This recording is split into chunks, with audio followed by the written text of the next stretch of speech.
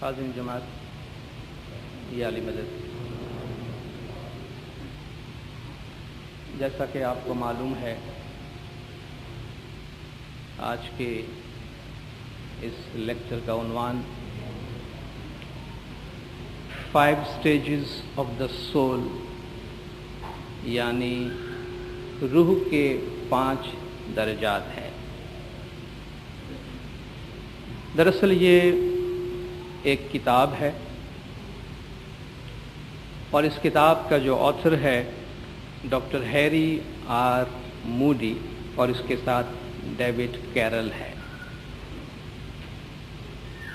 آپ کو ان آتھرز کے نام سے یہ اندازہ ہوا ہوگا کہ یہ کوئی مغربی رائٹرز ہیں، انگریز لوگ ہیں، نام سے مسلمان نہیں لگتے، اسماعیلی تو بالکل نہیں لگتے۔ اور آپ کے دل میں یہ سوال پیدا ہوا ہوگا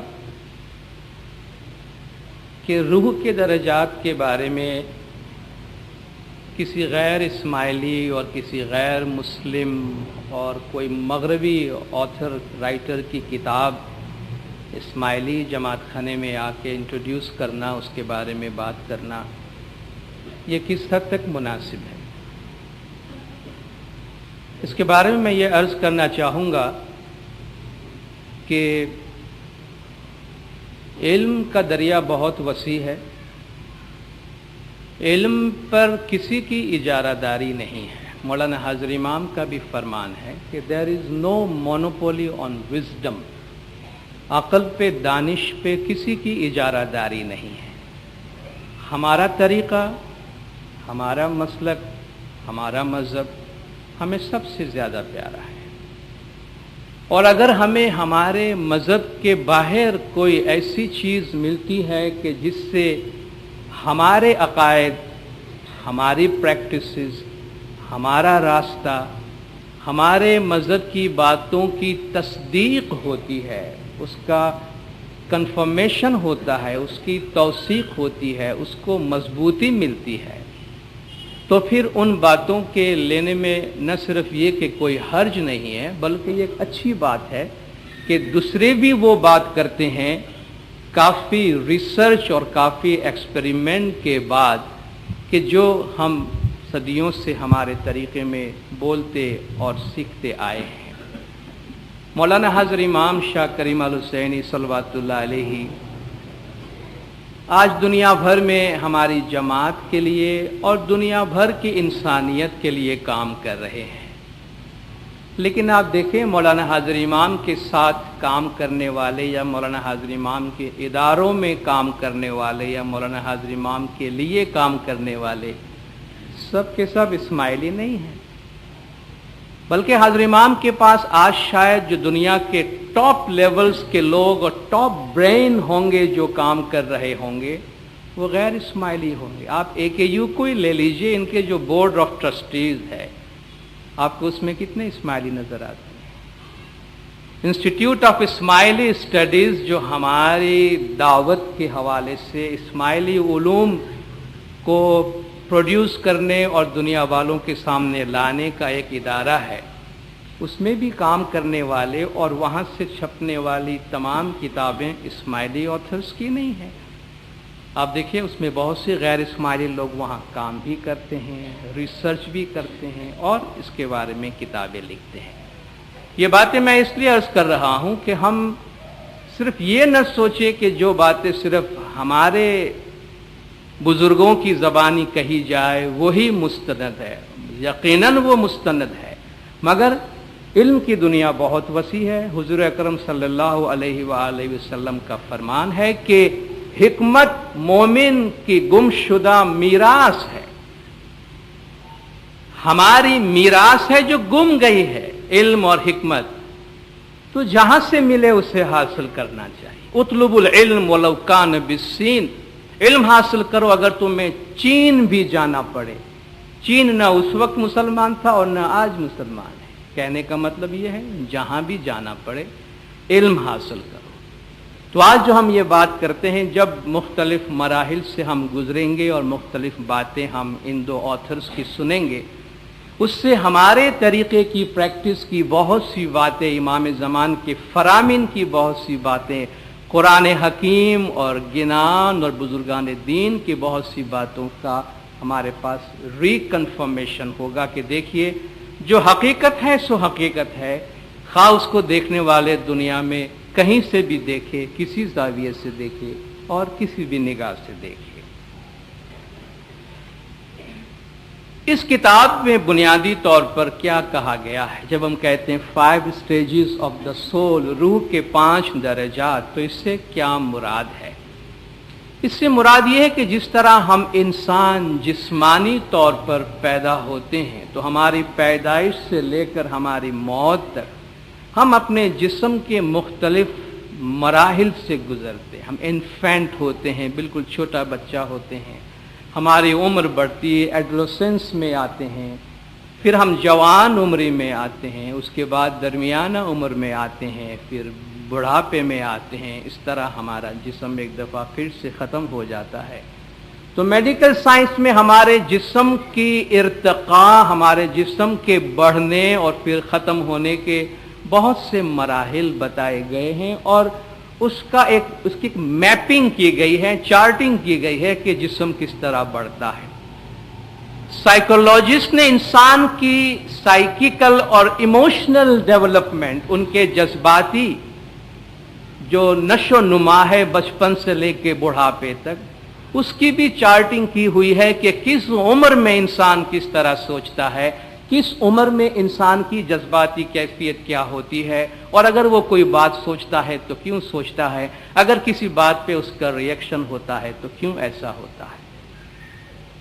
لیکن جو اسپرچول گروتھ ہے، پیدائش سے لے کے موت تک جو ہماری روح کا ایک سفر ہے، ہماری روح جن درجات سے گزرتی ہے، ان کی اب تک کوئی باقاعدہ میپنگ یا چارٹنگ یا درجہ بندی نہیں کی گئی ہے۔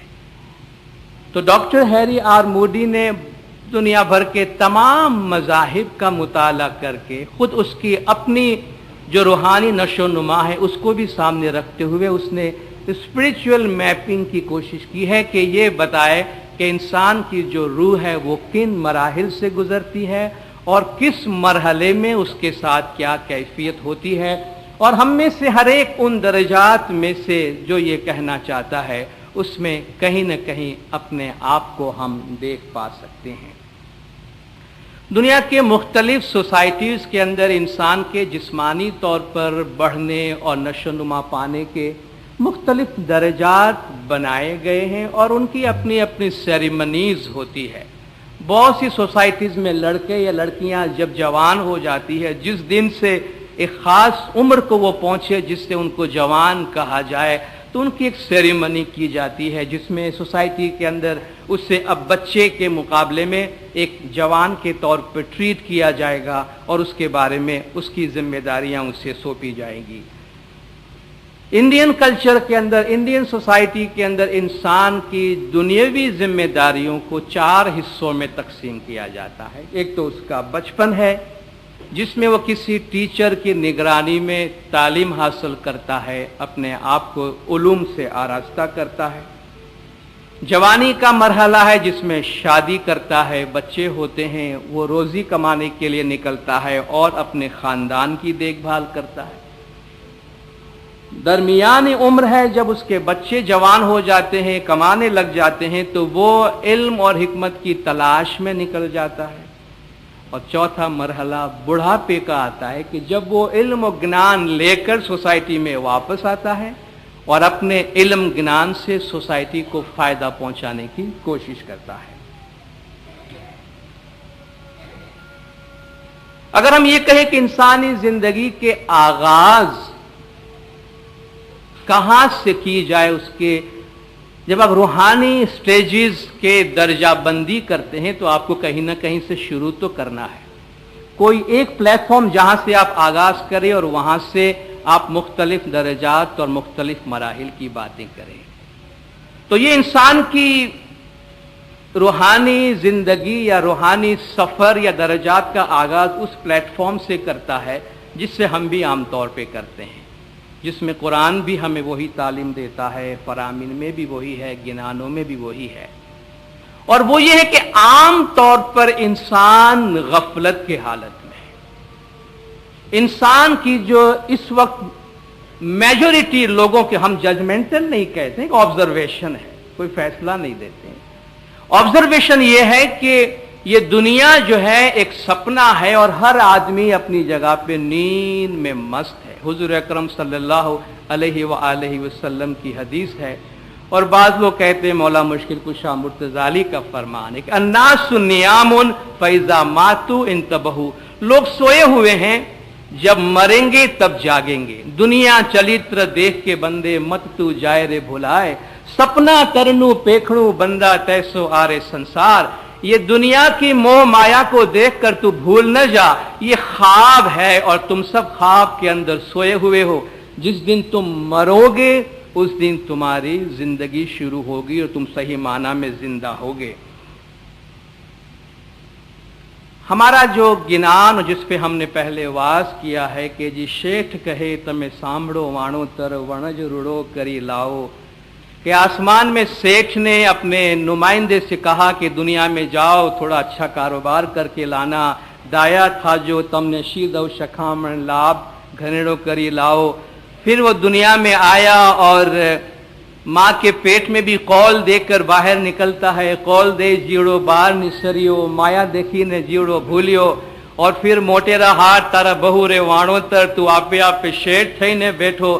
یہ جو اللہ کو قول دے کر نیچے آیا اور سب کچھ بھول کے موہ مایا میں مست ہو گیا، اسی واقعہ کو اس گنان کے حوالے سے نہیں مگر اسی واقعہ کو اس کتاب میں بیان کرتا ہے، دوسرے الفاظ میں کہ آسمانی بادشاہ نے اپنے بیٹے سے کہا کہ بیٹا جاؤ دنیا میں فلان جگہ پہ ایک موتی ہے، وہ موتی میرے لیے لے کر آؤ۔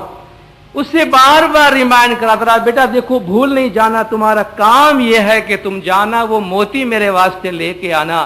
کہا جی ابا جان فکر نہیں کرو، ابا نے بھیجتے ہوئے نصیحت کی، ماں کے پیٹ میں یاد دلایا، مگر جیسے وہ دنیا میں آیا اور دنیا کے میلے کو دیکھا تو نہ اسے اپنا باپ یاد رہا نہ اسے وہ کام یاد رہا۔ اب بار بار اللہ اس کو میسج بھیجتا ہے، روحانی باپ اسے یاد دہانی کرواتا ہے کہ یاد کرو میں نے تمہیں کبھی کسی کام کے لیے بھیجا ہے۔ اس یاد دہانی کا جو مرحلہ ہے اس مرحلے سے ہم سب گزر رہے ہیں۔ پھر کبھی جا کر بہت بڑی ٹھوکر لگتی ہے تو یاد آتا ہے اور وہ موتی ڈھونڈتا ہے، ڈھونڈ کے کامیاب زندگی گزارنے کے طریقے سے وہ اپنے رب کے پاس اپنے باپ کے پاس واپس دوڑتا ہے۔ ایک بڑی اچھی مثال اس نے دی ہے جو ہندو شاستر میں سے ہے کہ بھگوان اور نارد منی کا نام بھی آپ سنتے ہیں، آپ ڈراماز فلموں میں بھی دیکھتے ہیں۔ وہ ایک کردار ہے، ہندو بھگوان کے ساتھ ہمیشہ رہتا ہے اور بہت علم و حکمت کی باتیں سیکھتا اور سکھاتا ہے۔ تو بھگوان اور نارد ایک صحرا میں چل رہے تھے۔ نارد بھگوان سے پوچھتا ہے کہ بھگوان جی ہمیں یہ تو بتائیے اس دنیا کا راز کیا ہے، اس زندگی کا مقصد کیا ہے، ہماری لائف کا پرپس کیا ہے۔ بھگوان مسکرا دیتے ہیں اور وہ بار بار انسسٹ کرتا ہے کہ بتائیے تو صحیح کہ اس دنیا کا راز کیا ہے، کیوں ہم دنیا میں آتے ہیں، یہ سنسار کا مطلب کیا ہے۔ تو بھگوان اس سے کہتے ہیں کہ دیکھو بالک، گرمی بہت تیز ہو گئی ہے اور مجھے پیاس لگی ہے، دیکھو تم آگے جاؤ گے تو ایک گاؤں ملے گا جہاں کچھ گھر ہوں گے، کسی گھر کا جا کے دروازہ کھٹکھٹانا، وہاں سے کچھ پانی لے کے آ جاؤ، میں تمہارا انتظار کرتا ہوں، یہیں کھڑا ہوا ہوں۔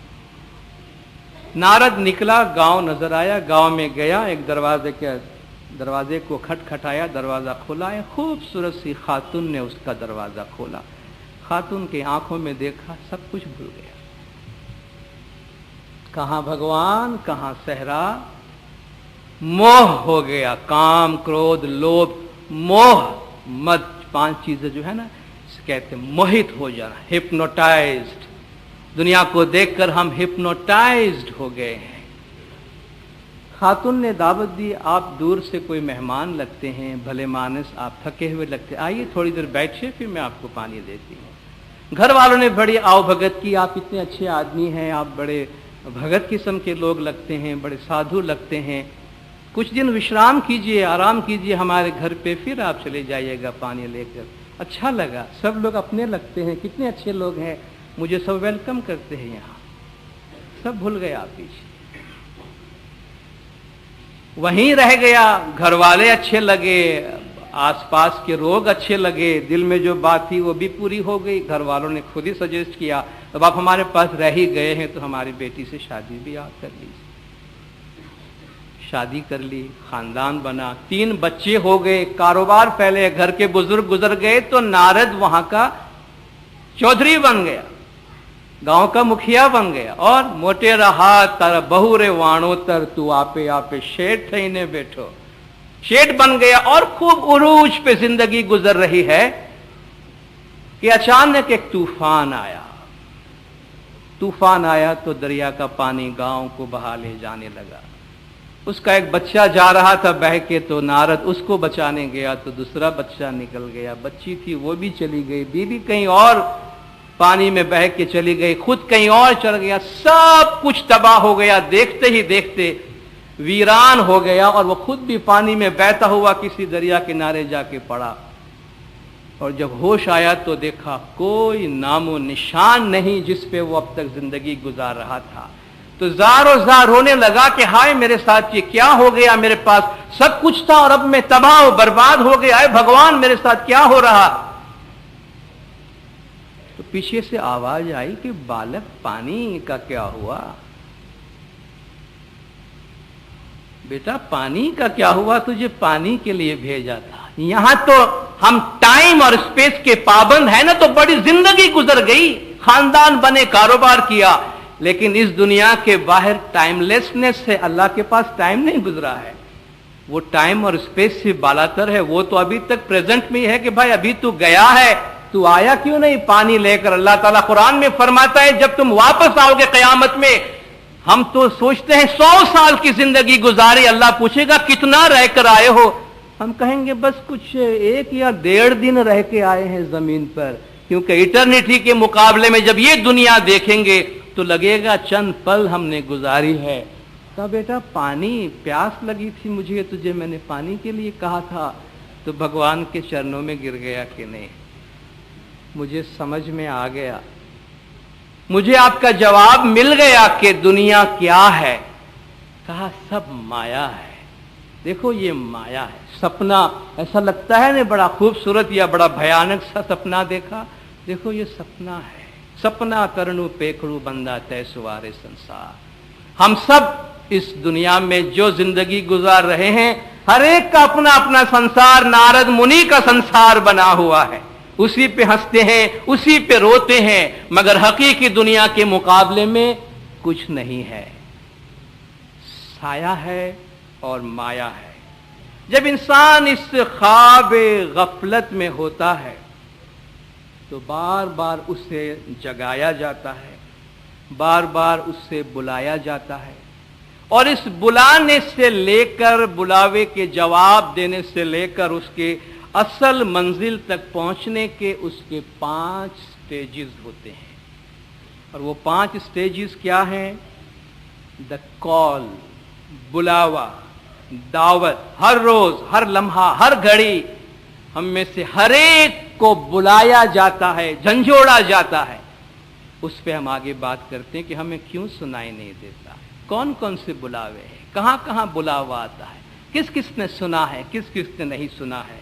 تو پہلا بلاوا یا دعوت ہے، دوسرا ہے اس دعوت کو جواب دے کر، بلاوے کا جواب دے کر تلاش شروع کرنا ہے، سرچ، کوشش، ڈھونڈنا، سرچ، جب راستہ مل جائے تو سٹرگل، جد و جہد، روحانیت کے راستے میں محنت کرنا۔ چوتھی منزل اس کی آتی ہے بریک تھرو، کہ اس سے روحانیت کا انکشاف ہوتا ہے، اس کے لیے روحانیت کا دروازہ کھلتا ہے۔ اور 7واں، اس بلیسنگ سے اپنے آپ کو بھرپور کر کے واپس آنا سنسار کے اندر، دنیا کے اندر، جس کو کہتے ہیں ریٹرن، واپسی۔ یہ 5 درجات اور یہ 5 مراحل ہیں جو ہماری روح کے سفر کے ہمارے ساتھ ہوتے ہیں۔ ہمیں جو قدرت کی طرف سے بلاوا آتا ہے، جس طرح بھی ہم نے کہا کہ ہم سب خواب میں ہیں، لیکن ہم میں سے ہر ایک کو بلاوا آتا ہے۔ کس قسم کا بلاوا آتا ہے؟ اس بلاوے میں میسج کیا ہوتا ہے؟ اس بلاوے میں ہمیں یہ میسج آتا ہے کہ اپنی زندگی کے مطلب کو سمجھو۔ یہ جو تم پیری فیری میں کنارے کنارے پہ گھوم رہے ہو، یہاں سے نکلو، سینٹر میں آنے کی کوشش کرو، مرکز میں آنے کی کوشش کرو۔ ظاہر سے باطن کی طرف بلایا جاتا ہے، فارم سے ایسنس کی طرف، صورت سے معنی کی طرف بلایا جاتا ہے، جسم سے روح کی طرف بلایا جاتا ہے، حواس سے فہم کی طرف، سینسز سے انڈرسٹینڈنگ کی طرف بلایا جاتا ہے، اور وقت کی قید سے نکل کر ہم کو دائمیت کی طرف بلایا جاتا ہے۔ اور یہ بلاوے ہمیں ڈفرنٹ طریقے سے اور ڈفرنٹ کیفیت سے ہمیں ملتی۔ عام طور پر یہ بلاوا کسی کی زندگی میں کسی بھی طریقے سے آ سکتا ہے، کسی بھی عمر میں آ سکتا ہے، مگر انسانی عمر کا ایک حصہ ہے جہاں اس کے آنے کے امکانات بہت زیادہ ہیں، اور وہ انسان کی درمیانی عمر ہے۔ اور درمیانی عمر سے مراد 40 سال کی عمر کے آس پاس ہے۔ 35 سے 45 تک آپ اس کو پھیلا دیجئے۔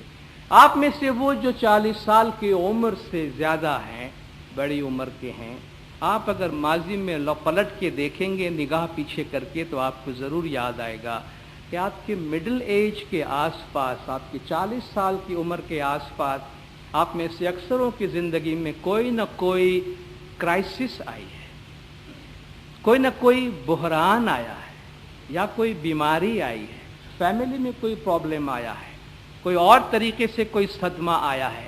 40 سال کی عمر کے آس پاس انسان کی زندگی میں کوئی بہت اہم پیغام قدرت ان کو پہنچانے کی کوشش کرتی ہے۔ دانشمند جو ہے وہ انسان کی زندگی کو ایک چاند سے تشبیہ دیتے ہیں، سورج سے نہیں۔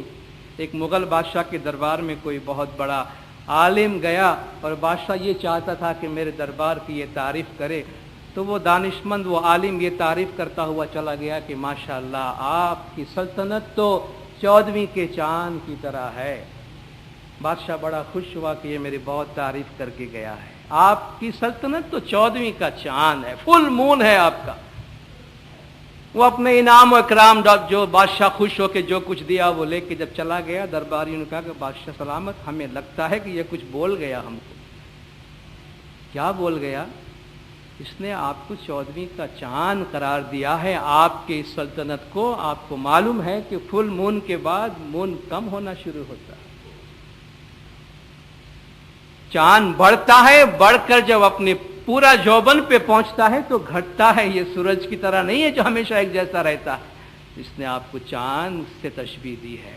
تو دانشمند انسانی زندگی کو چاند سے تشبیہ دیتے ہیں۔ بچپن سے ہم شروع ہو کر درمیان عمر میں ہم فل مون کی طرح ہوتے ہیں۔ 35 سے 40 سال کے درمیان ہمارے تمام ظاہری اور باطنی فیکلٹیز میں بھرپور انرجی آتی ہے، اور ہم بھرپور طریقے سے زندگی گزارنے کے قابل ہوتے ہیں۔ وہ کلائمیکس ہوتی ہے ہمارے لائف کی۔ مگر اس کے بعد 40 کے بعد وہ چاند گھٹنا شروع ہوتا ہے، ہماری فیکلٹیز ڈمینش ہونے شروع ہوتی ہے، کم ہونے شروع ہو جاتی ہے۔ تو کہا اس بھر جوبن جو ہمارا ہے 40 کے آس پاس، اس وقت ہمیں یہ پیغام دیا جاتا ہے کہ انا للہ و انا الیہ راجعون، تم اللہ سے ہو اور تمہیں واپس لوٹنا ہے۔ تو وہاں ہمارے لائف میں کہ یو ٹرن لانے کے لیے، واپسی کے لیے ہمیں جگایا جاتا ہے اور پیغام دیا جاتا ہے۔ ہمارے بہت سے بزرگان دین کو آپ لیں گے، آپ کو پتہ چلے گا 40 سال حضور اکرم صلی اللہ علیہ وآلہ وسلم صلوات اللہ علیہ، آپ ایک بچے سے نبی صاحب کو کون سی عمر میں نبوت ملی تھی؟ 40 سال کی عمر میں۔ یہ کوئی رینڈم فگر نہیں ہے، یہ کوئی رینڈم فگر نہیں ہے 40۔ نبی صاحب کو 40 سال کی عمر میں نبوت ملی، یہ ایک خدا کی طرف سے دیا ہوا فگر ہے۔ پیر ناصر خسرو کی زندگی میں تبدیلی آئی، آپ جانتے ہیں پہلے تو وہ ہمارے طریقے میں بھی نہیں تھے، ان کی اپنی زندگی تھی، اپنے زمانے کے تمام علوم حاصل کر لینے کے بعد بھی وہ کتنے بے چین، کتنے پریشان تھے۔ 40 سال کی عمر کے آس پاس وہ کہتے ہیں کہ میں اتنا بے چین ہو گیا کیونکہ مجھے میرے سوالات کا جواب نہیں مل رہا تھا، کہ اسپرچول کرائسس ان کی لائف میں تھی۔ کہتے ہیں میں نے شراب بھی پینا شروع کیا اور مجھ سے کہا جانے لگا کب تک پیتے رہو گے؟ تو ہم نے ان سے جواب دیا کہ حکیموں نے شراب کے سوا کوئی اور چیز بنائی بھی تو نہیں ہے جو انسان کے غم کو دور کر سکے۔ لیکن 40 سال کی عمر کے آس پاس، 40 سال کے خود اپنی زندگی کے بارے میں وہ کہتے ہیں کہ اے 40 سال تک سویا ہوا غافل، اب خواب غفلت سے بیدار ہو جا۔ ناصر خسرو اپنے آپ سے کہتے ہیں، اے 40 سال تک خواب چہل سالہ، وہ اپنی زندگی کو کہتا ہے کہ میرے 40 سال جو میں خواب میں گزار دیا۔ پھر اچانک ایک مبارک سپنے کے ذریعے، خواب کے ذریعے ان کی رہنمائی ہوتی ہے اور وہ پھر امام کے راستے میں آتے ہیں۔ اور یہ لفظ اللہ تبارک و تعالی قرآن حکیم میں بھی ہمیں سکھاتا ہے کہ وَوَصَّيْنَا الْإِنسَانَ بِوَالِدَيْهِ إِحْسَانًا، اور انسان کو ہم نے وصیت کی ہے کہ اپنے ماں باپ کے ساتھ اچھے سلوک کرے۔ حملتہ امہ کرہا ووضعتہ کرہا، اس کی ماں نے اسے بہت تکلیف سے اپنے پیٹ میں رکھا ہے اور بہت تکلیف سے اس کو جنم دیا ہے۔ وحملہ وفصالہ 30 شہرا، اسے پیٹ میں رکھنا اور اس کا دودھ پلانا، یہ پوری مدت جو ہے وہ 30 مہینے کا ہے۔ حتی اذا بلغ اشدہ، یہاں تک کہ وہ جوان ہوا، وبلغ 40 سنہ، اور 40 برس کا ہو گیا، 40 برس کا ہو گیا۔ قال ربی اوزعنی ان اشکر نعمتک التی انعمت علی، اے میرے پروردگار مجھے توفیق دے کہ تو نے جو نعمت میرے لیے کی ہے، ادا کی ہے، مجھے میں کوئی اچھا سا کام کر کے جاؤں، اس کا شکرانہ ادا کروں۔ وعلی والدی، اور جو تو نے میرے ماں باپ پہ کی ہے، وان اعمل صالحا ترضاہ، اور میں کوئی ایسا اچھا کام کروں جس سے تو خوش ہو جائے، واصلح لی فی ذریتی، اور میری اولاد میں بھی تو اصلاح کر، ان کو بھی نیک توفیق دے۔ یہ اللہ کا شکر کرنے کے لیے 40 سال تک انتظار کرنا پڑتا ہے؟ کیوں 40 سال میں کہہ رہا ہے کہ میں تیرا شکر کروں، 39 سال میں نہیں بول سکتا تھا، 38 سال میں نہیں بول سکتا تھا؟ اللہ تبارک و تعالی خود انسان کی زندگی کے اس عمر کو، جب لوگ کہتے ہیں لائف بگنس ایٹ 40، زندگی 40 سال میں شروع ہوتی ہے، تو ویسے ہی تو نہیں بولا ہوگا۔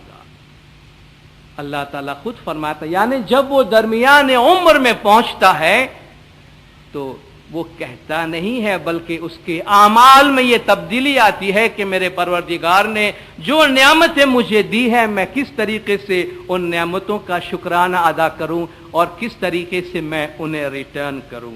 کارل ینگ جو بہت بڑے سائیکولوجسٹ تھے، وہ کہتے ہیں کہ 35 سے 40 یا 35 سے 45 سال کے درمیان انسان کے وجود میں تبدیلی آتی ہے، ہماری باڈی میں، ہمارے فزک میں اس عمر کے دوران بہت زیادہ چینجز آتی ہے۔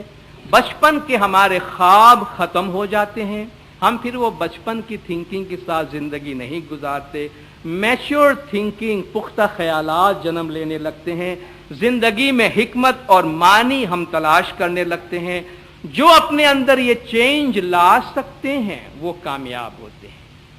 عمر کے ساتھ چینج ہونے والے ہمارے روحانی حالت میں بھی جو ہم چینج لانے میں جو لوگ کامیاب ہوتے ہیں، جو یہ چینجز لا سکتے ہیں، وہ اپنی زندگی میں کامیاب ہوتے ہیں۔ ورنہ وہ کہتا ہے whoever carries over into the afternoon of life the law of the morning must pay for so doing with damage to his soul۔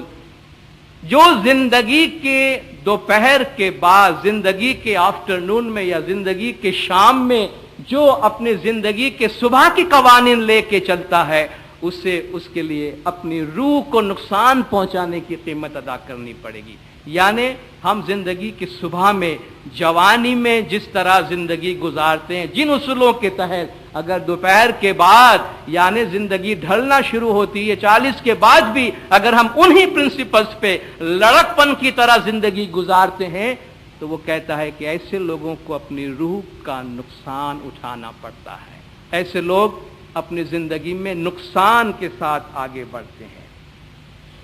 بہت سے مذاہب آپ کو ملیں گے جس میں انسان کو مذہب کے جو باطنی راز ہے، ڈیپ راز ہے، وہ درمیان عمر کے بعد ان کے لیے کھولتے ہیں۔ آپ ہندو مذہب میں جائیں، یہودیوں میں جائیں، مڈل ایج کے بعد ان کو ایسی جو ڈاکیومنٹس ہیں مذہب کی وہ دیکھنے کی پرمیشن دیتے ہیں۔ ہمارے طریقے میں، ہمارے مذہب میں بھی آپ دیکھیں، آپ کو مختلف مجالس کے لیے یا امام سے مختلف بخشش لینے کے لیے عمر کی پابندی ہوتی ہے۔ ایک سٹیج کے بعد دوسرے سٹیج میں جاتے ہیں۔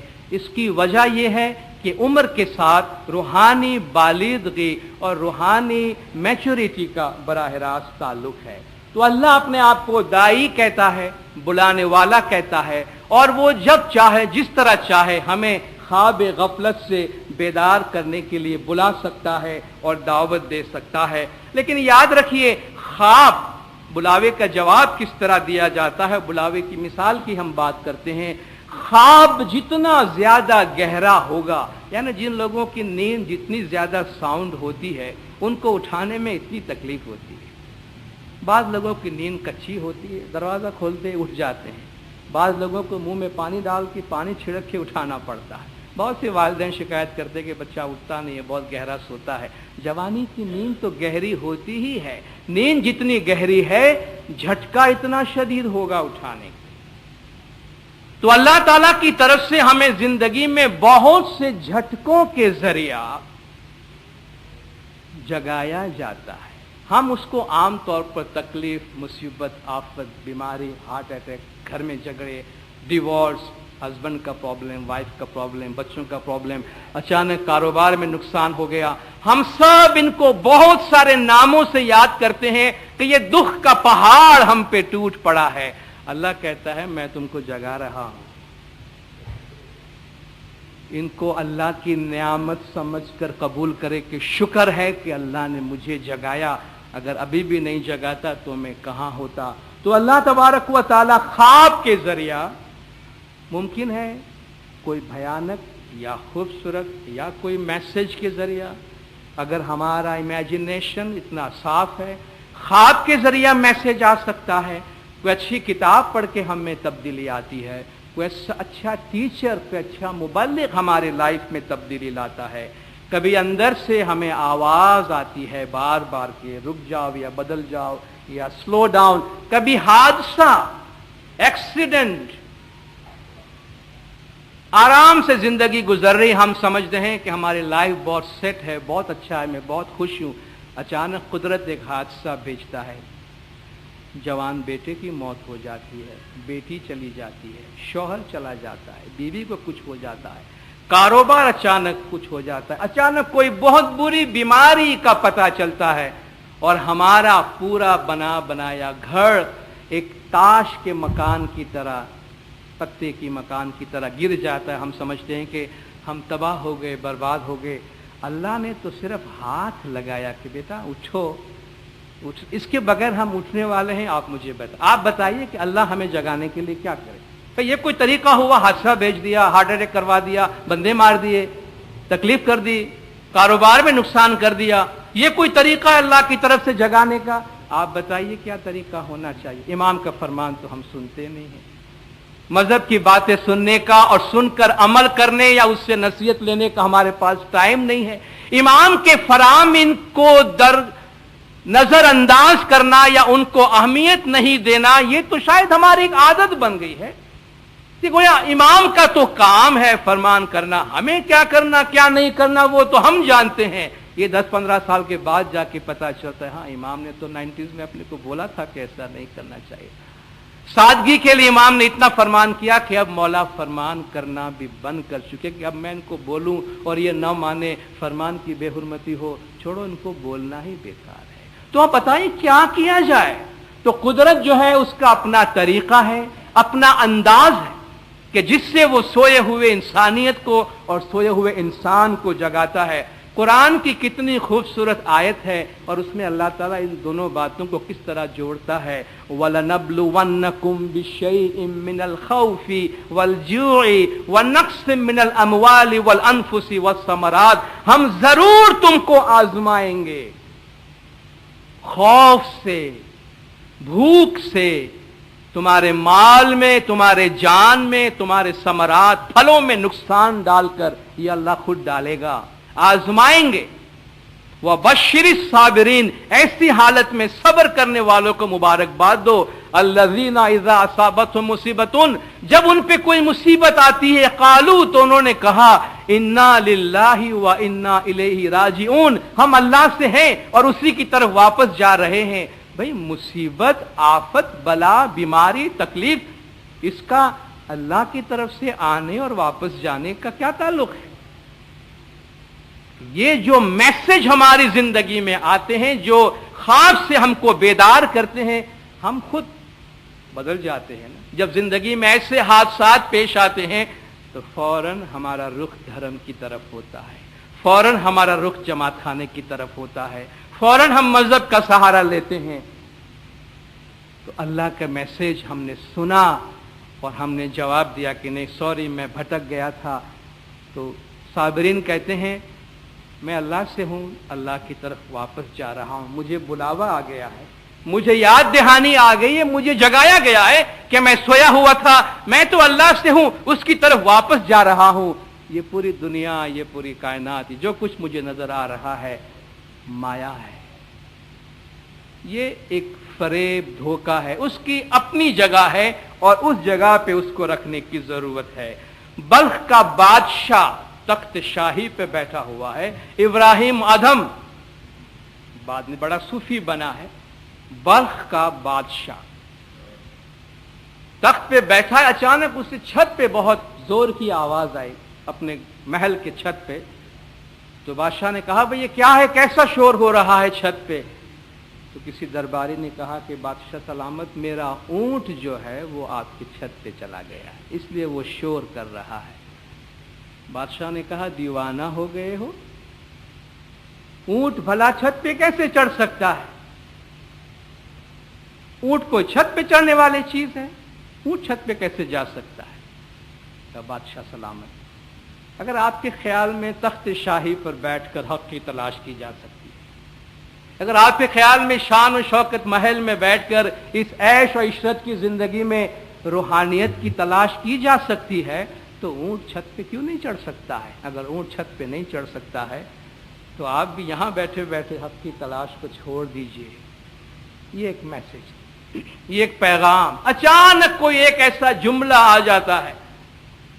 وارث اسماعیل بھائی گانگجی جب ایک عام چھوٹی سی تجارت کام کاج کرتے تھے، جماعت خانے میں آ کے بیٹھے. آپ سب نے سنا ہے یہ واقعہ، یہی گنان تھا.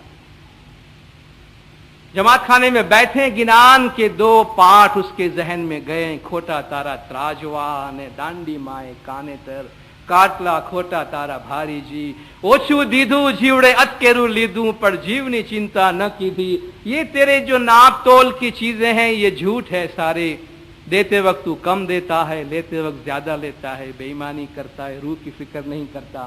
وہ ایک بلاوا چلا گیا اندر، اس کو وہ پیغام مل گیا. اسی وقت وہاں سے اس کی کایا پلٹی اور سب کچھ چھوڑ دیا کہ آج سے میں ایک نئی زندگی گزاروں گا. اس نے کہا لبیک اللہم لبیک، پروردگار تو نے بلایا، میں تجھے جواب دیتا ہوں. اس دن کے بعد زندگی بدلی تو کہاں سے کہاں گئے کہ مولا نے وہ مقام دیا کہ عالم ارواح میں جب اللہ تعالیٰ نے روحوں سے سجدہ لیا تھا تو دوسرے نمبر پہ جس روح نے سجدہ کیا تھا وہ سلمان فارسی کی تھی، اور تیسرے نمبر پر اسماعیل بھائی گانگجی کی روح، وہ مقام. لیکن جب ایسا بلاوا آتا ہے تو آدمی کس طریقے سے جواب دیتا ہے، کس طریقے سے رسپونڈ کرتا ہے. ہمارے زندگی میں بار بار ایسے مرحلے آتے ہیں. ہم ہر روز جماعت خانے میں آ کے گناہوں کی معافی مانگتے ہیں، چھانٹے لیتے ہیں، مجالس میں جاتے ہیں، مختلف مجالس میں جاتے ہیں، امام کے حضور میں مہادن کا چھانٹا لینے جاتے ہیں، امام کے دیدار میں جاتے ہیں، امام سے ملاقات ہوتی ہے. یہ سب ہماری لائف کے بہت اہم